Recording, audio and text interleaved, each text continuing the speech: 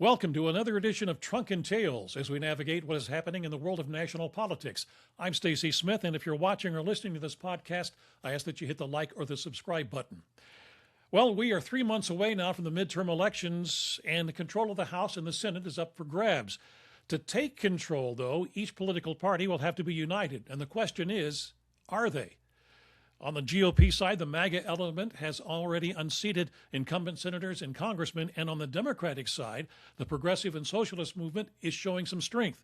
That is our discussion in this edition of Trunk and Tales.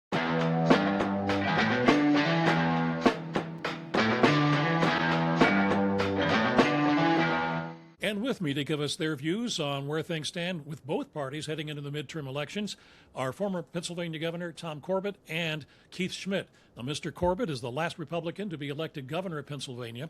He also served as the state attorney general for 2 terms and also as the U.S. attorney for the Western District of Pennsylvania. Governor Corbett teaches law at Duquesne University and also practices law. Also joining us in a few minutes will be Keith Schmidt. Keith was the state director for former Republican Senator Rick Santorum. Keith also consulted on Santorum's 2012 presidential campaign. Keith has his own consulting firm. Neither of my regular Democratic panelists, State Party Chair Eugene DePasquale or Joe Mystic, could join us. We'll be getting their opinions coming up in future editions. So, Governor, you are a Republican. So let's start with your party.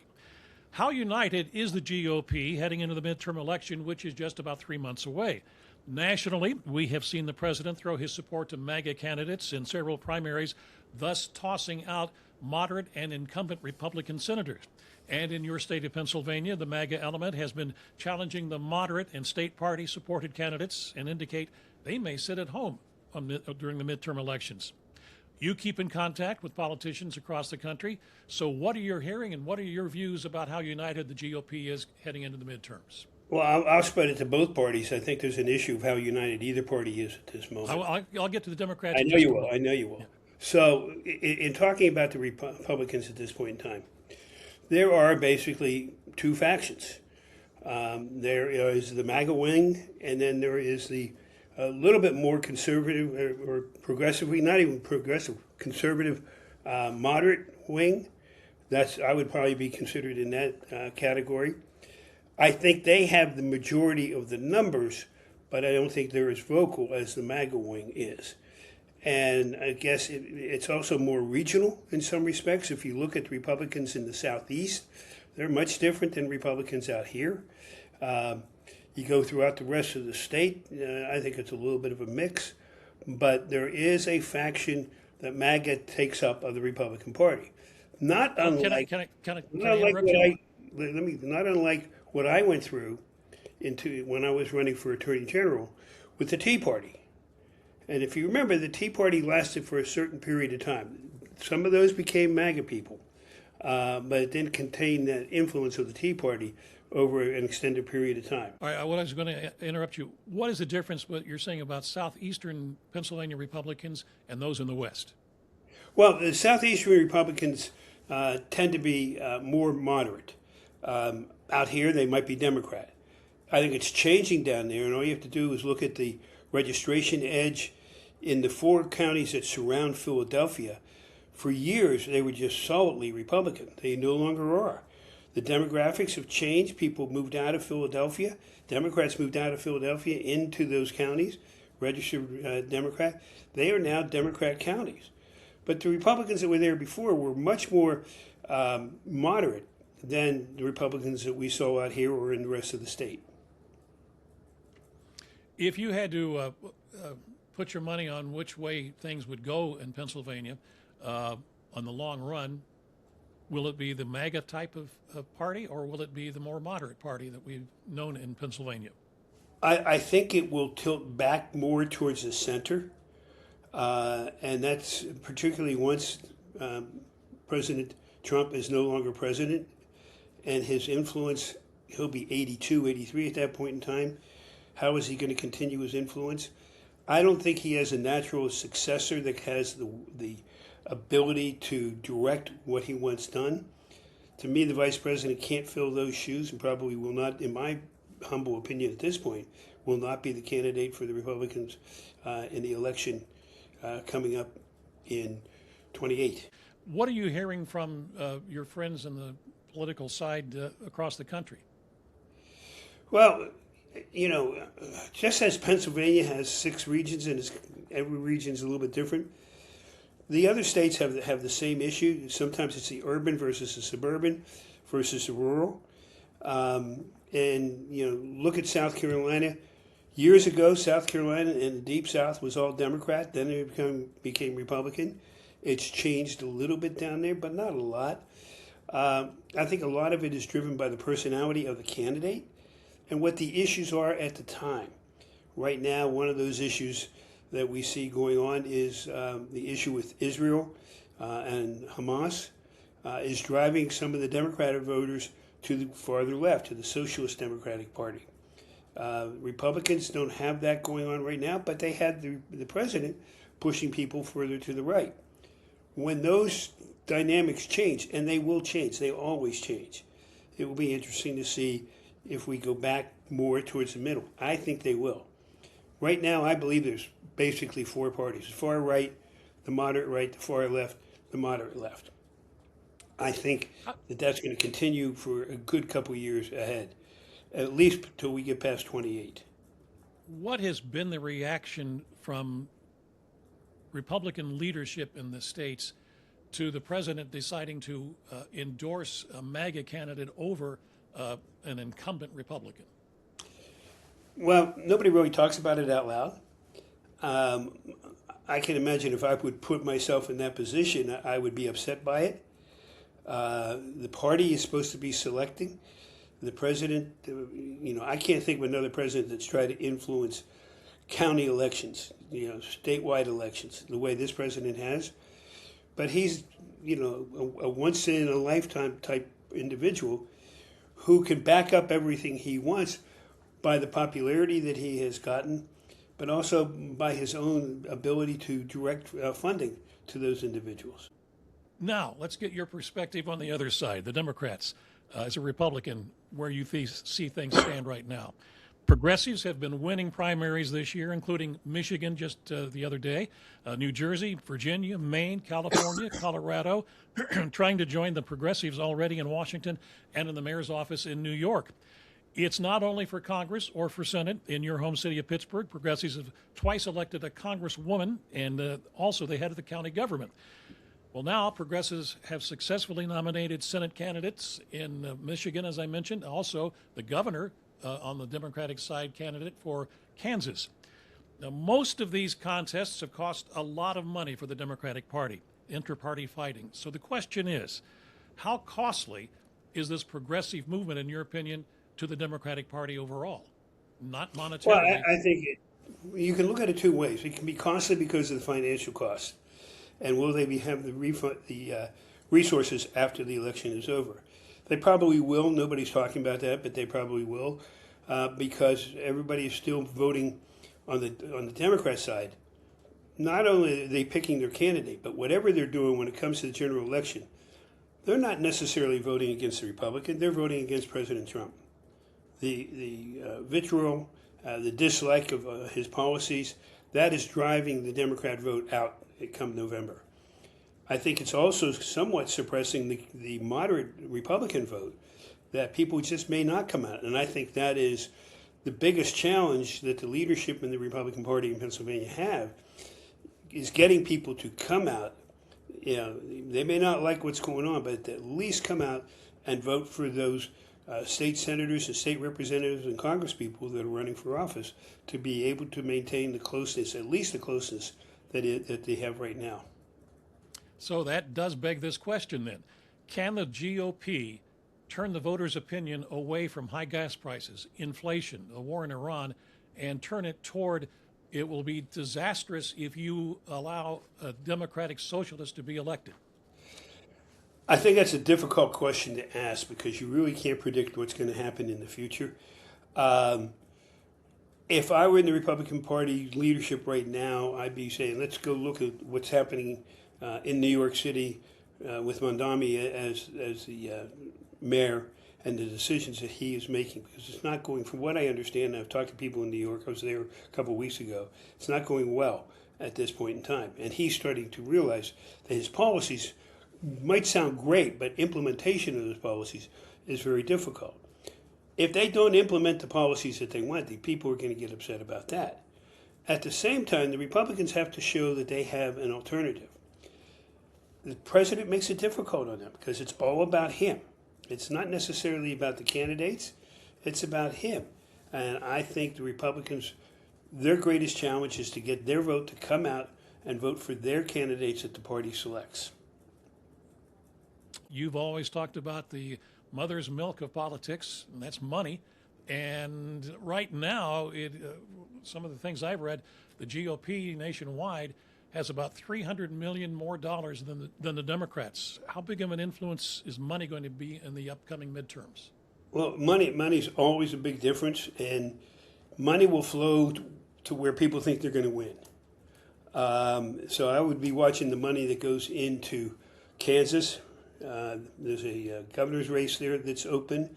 Anywhere that there's an open race where somebody's retired or has already lost in the primary, I would measure it by how much money is going in there from the different sides of the party. From the Democrat side, their fundraising base is a little bit different than the Republican base. And that is, you get people that are very, very wealthy invest in races, but they have started holding their money back. It will be interesting to see in the Jewish population with what's going on. The Jewish population has been very supportive of the Democratic Party over the years financially, but they are also now the target, with Israel being the target of many of the far left Democrats that are running regarding Israel and Hamas. So, if I was good enough to be able to predict what happens, I would be playing the lottery every day. So that's what I was going to ask. Given it 3 months away from the midterm election, and we'll ask you every month leading up to it, where do you think it'll go with Congress, Democrat or Republican? So we're in August right now. This is the sleepy time. Everybody's on vacation. People start concentrating after Labor Day. That's the kickoff to that season. So we'll see how all of the primaries have filtered out, especially the Democrat primaries at this point in time. When that's over, we're going to be able to focus a little bit better. Then we can take a look at where the fundraising is and what the numbers are and what the likelihood of change is in those numbers. I think it's going to be close. I think at this point in time, in my discussions with other Republicans, they believe that they can keep the Senate. There's strong questions as to whether they can keep the House. Not unusual. It makes it difficult to govern when you have split, but we've seen it's been difficult to govern when they've controlled both houses. Given the way things are right now, in many midterm elections for a president, he loses control of the House or the Senate, and sometimes it's by a sweeping margin. Do you see at all the possibility of a sweeping margin this time around for the Democrats? Well, there's always the possibility, but I don't think it's a probability. I think it's going to be close. It depends, again, on what Democrats they put up. If in a lot of the key races, if they have the Socialist Democrat running, I think the Republicans have a better chance of maintaining those seats there or keeping it close. If they have a moderate Democrat running, the Democrats have a good chance of taking it. Governor, thanks for joining us once again for Trunk and Tales. We'll talk to you soon. Talk to you soon. Thank you for having me. Now we're joined by Keith Schmidt. Keith, as I told you before, was the former state director for the state of Pennsylvania for Pennsylvania Republican Senator Rick Santorum. Keith has his own consulting firm, and he also consulted Santorum on his 2012 presidential bid. Keith, thanks for joining us. You had a chance to listen to the governor, but I'm going to ask you basically the same set of questions. And that is, you're a Republican, so let's start with your party. How united is the GOP right now, you think, going into the midterms? Well, we have the advantage of having a sitting president, and that tends to unite a party more so than any other political figure in our 250-year-old democracy. That's probably maybe one of the concerns on the other side of the equation, on the other major party, and I know we'll get to that, but they don't have any clear leader or front runner, and sometimes that can be problematic for us. Love him or disdain him, no one would question the authority and power and leadership of the party by this sitting president. It irritates some, but it's real. It's palpable. He has wielded that power in primary after primary and on Capitol Hill with a great deal of success. So the question obviously becomes in the next, little less than, I guess, 100 days now, is can we put the messaging together to get the sufficient number of swing Democrats to join the cause? And the time will tell. All right, so you're basically saying you think the Republican Party right now is united, and it's united under and for President Trump and his agenda. At the same time, there have been some disputes with, even in the state of Pennsylvania and your home county of Allegheny, of people running, or Washington County even, of people, incumbents running, and the MAGA movement doesn't like them, and they put up other people. So I have to ask, the MAGA people who were defeated in this one primary election are basically upset. They're saying that the party leadership isn't listening to them in your state, Pennsylvania. Yeah, I can't argue the fact that there are divisions within our party, and there's a lot of infighting because the MAGA movement, as we all know, is maybe the movement further to the right of the party, which we believe that the President Trump has embraced. And there are a lot of moderates in our party and with the regular old school Republicans. But the advantage of this for us is Humpty Dumpty usually comes back together again. I mean, we are a party that there could be fighting like you've seen in recent months, and I've seen it for all my 46 years in politics. But there's no such thing as a swing Republican. There's only a swing Democrat. In the end, they can be upset. They might take their ball and bat and go home and be angry, but I don't see them switching to Democrat in the fall. Our party is more united. Obviously, we're not the largest party, although we're growing nationally. But we hold our ranks together, and much to the frustration of the Democrats.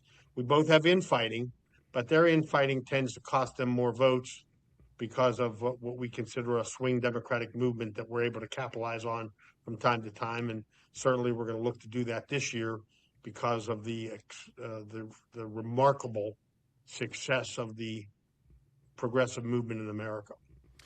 The governor indicated that he felt the key for the Republicans, and apparently this is with any election, but he felt the key for Republicans in this midterm elections is getting the regular person just activated with a desire to go to the polls, and he questions whether that will take place. Well, that's a huge concern. There's also a lot of talk about midterms when there's not a presidential election. Obviously, there's going to be a downturn on turnout. How dramatic will it be? As they always say, well, the president's not on the ballot and his people are just Trump people.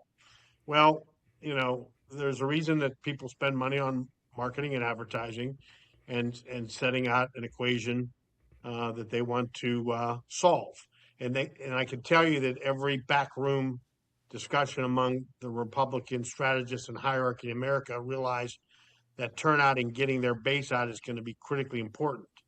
What's the advantage they have is the remarkable windfall of an advantage in money raising, which I'm still scratching my head to a degree. I mean, this has been a tough year in a lot of things with the war, the economy, a lot of other things going on. But that also lends itself to what we talked about 5 minutes ago.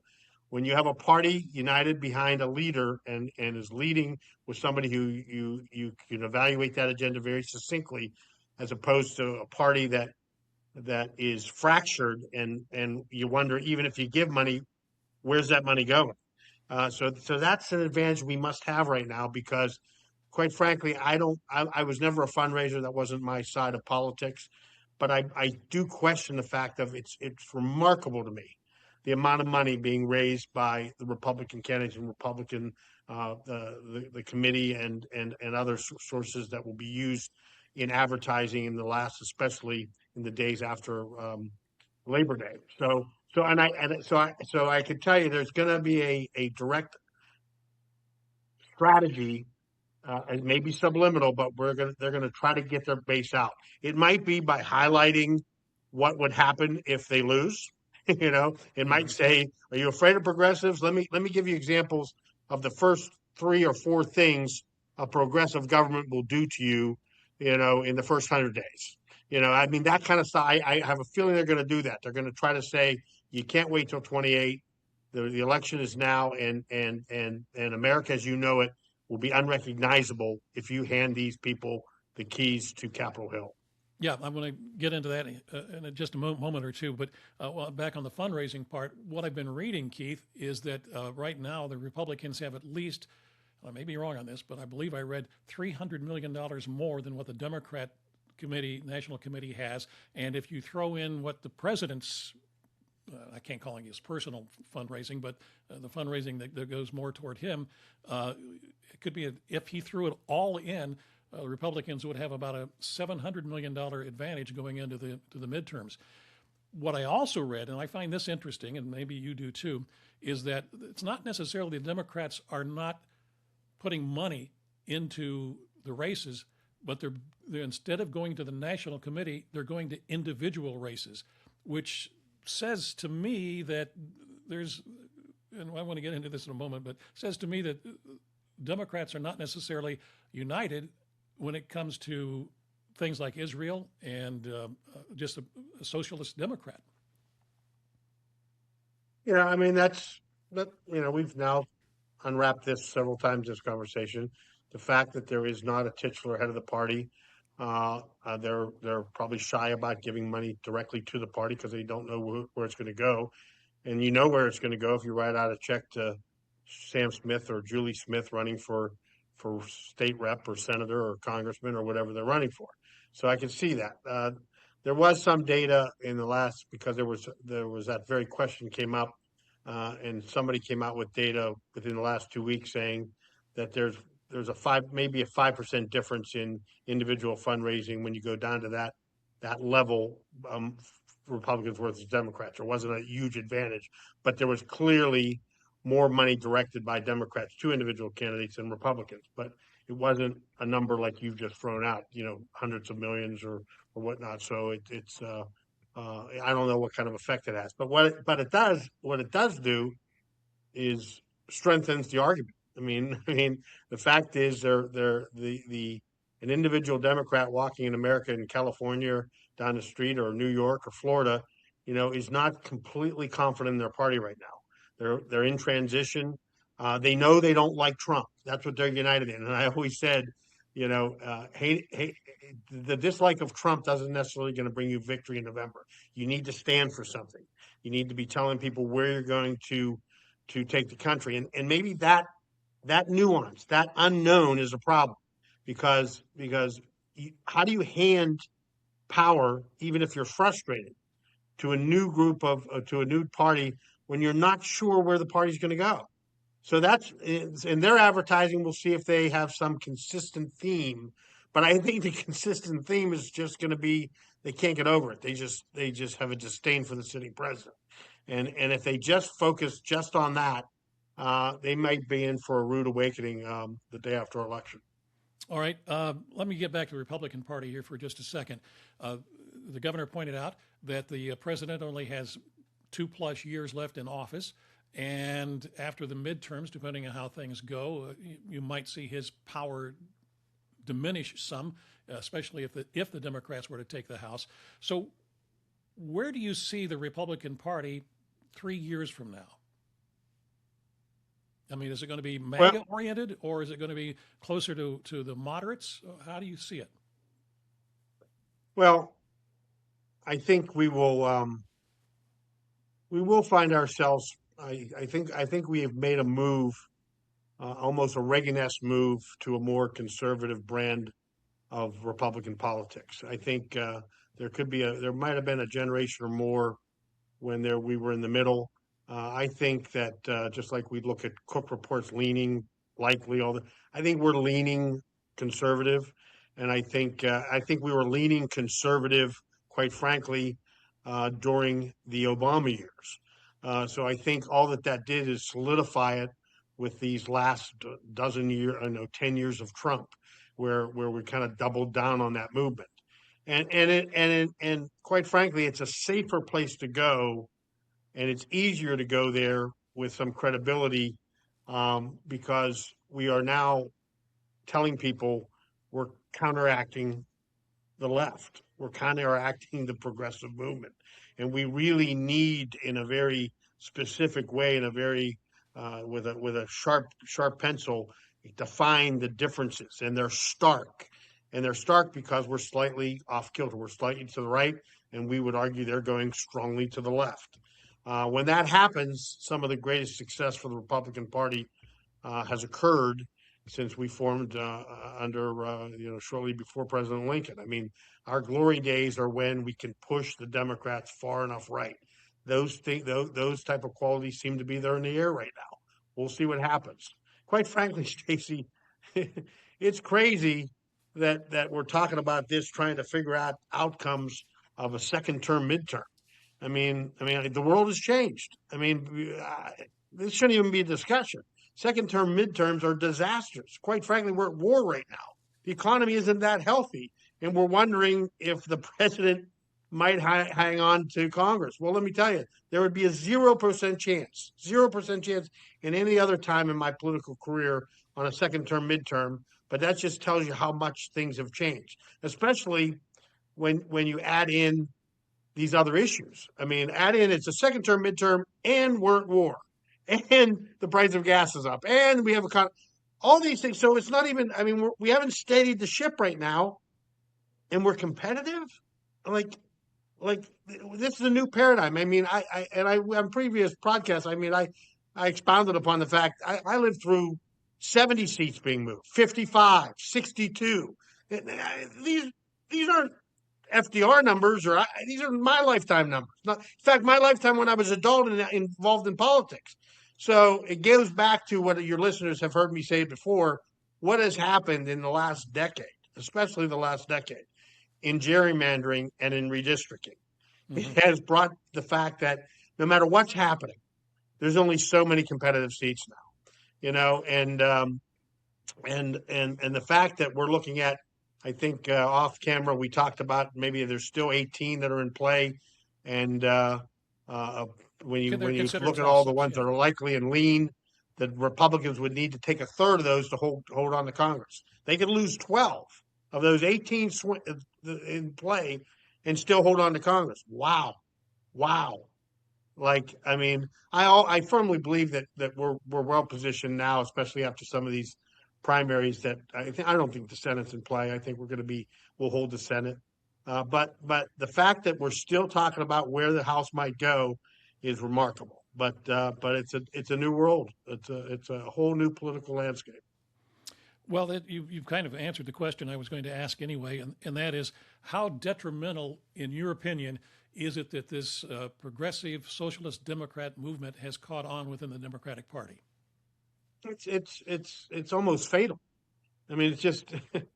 I mean, and I have a lot of great friends that are Democrats. I mean, I don't litmus test my friends, and quite frankly, locally here and in the county, in Allegheny County, where Pittsburgh resides, I've supported in many ways a lot of Democrats, but state and national, I've supported Republicans because of their philosophy on larger governments. So I have friends that are in those groups. I mean that I have an occasional sandwich with or a drink, and I don't envy them. I said it's just at a time when you thought you're finally almost over Trump, you're in his second term, midterm, we're at war, all these things, like we this is a time to really take it to them. Because you have to strike when the iron is hot, and especially in what has been a divided government. You were so close in both chambers. We don't have large majorities.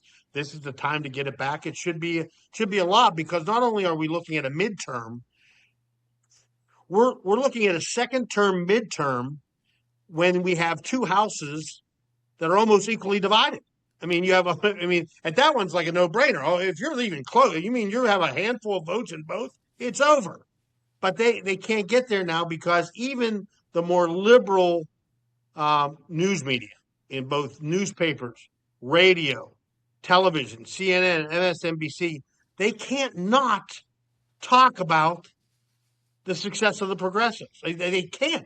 I guess it gets audiences. People are fascinated by it. It's like slaying the dragon too. I also said that to you in previous podcasts, Stacey, that the Democratic money is largely for the regular Democrat, and it's usually outpaces the progressive. And I said, guys, what you don't realize is the progressives are spending quiet money. They're knocking on doors. They're knocking and dragging people out to vote. They're doing all the grassroots stuff that you can't mark up and isn't as sexy anymore in the world of social media and all this other stuff. No, they are grassroots machines, and they are knocking off regular Democrat, traditional Democrat after traditional Democrat, and making their path to a majority more difficult every single time. And they don't care. The progressives, and I don't mean this in a mean-spirited way, if they have to lose another election to move the country, they will. They just have to say, we're coming, we're here to stay. You're either going to deal with us and bring us to the table, or we're going to continue to be a nail in your side, a thorn in your side, excuse me. I mean,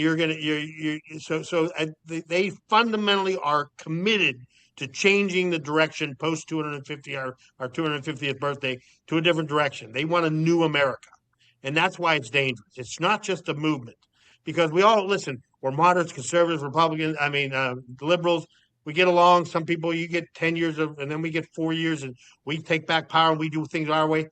No, the difference is this movement wants to fundamentally change what we do and how we operate as a capitalist society. They are anti-democracy. They are anti-capitalism. And even the most ardent liberal isn't anti-democracy or anti-capitalism, okay? But they are. So that's what makes them particularly dangerous in the psyche of the American voter.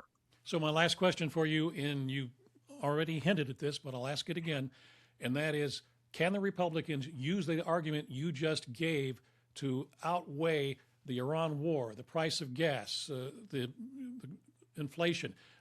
You've always said it's always going to boil down to the economy, but will it this time? We're in the hunt. The only way we pull off what would be the most miraculous election victory in my lifetime is the dynamics of the economy would have to change, not dramatically, but people would have to feel it in the next 90 days. And the war would have to be over. Strait of Hormuz has to be open, and the war has to be over. They have to be soundly defeated. It has to be over, and we have to start feeling relief on ground meat and milk and the price of gas. And again, it doesn't have to be. It's not going to be fully corrected in the next 90 days, Stacey. But they have to feel like it's coming around. And if that happens, then there's there's somehow a chance that he would survive both chambers. It's almost hard for me to even say as a Republican that that's possible in a second term, midterm, based on everything I know. But the numbers are the numbers, and we see these statistics every day. And again, off camera, we talked about them again, and they haven't changed much. I mean, the fact is, we kind of all collectively, even our Democratic counterparts, all collectively say that the Senate's probably safe. But the fact that we're in the game that we could use, if we win a third of the swing ones, we're in control of the Congress. You scratch your head. It just tells you how much has changed as far as the gerrymandering, because we should not be in the hunt. Based on everything I know about politics and the even divided Congress that exists today, you would have to have one of the greatest presidencies to hold on to an election on the second term, midterm. People naturally get fatigued, and we'll wait and see. But I always do. I always say it's the economy, stupid. That's what I think Bill Clinton said to George H.W. Bush, and I think all these years later it still is. So they're going to have to feel some relief, and there's still time. I mean, the news cycle is still quick. I mean, I'm telling you, post Labor Day, if things start working out, this can still change on a dime. So hold on. It's going to be a a wild ride, and I think we're going to have plenty to talk about with you and your listeners in the next 3 months. I think so too. Keith, thank you so much. Also, thank you to the governor. We'll continue our look at politics. Hopefully, I'll be able to get the Democratic perspective on the questions I've asked, but neither one of our two regular Democratic panelists could be with us this time. So, again, if you're watching or listening to this particular podcast, I ask that you hit the like or the subscribe button. And that does it for now. Thanks for joining us. We'll see you again for the next edition of Trunk and Tales.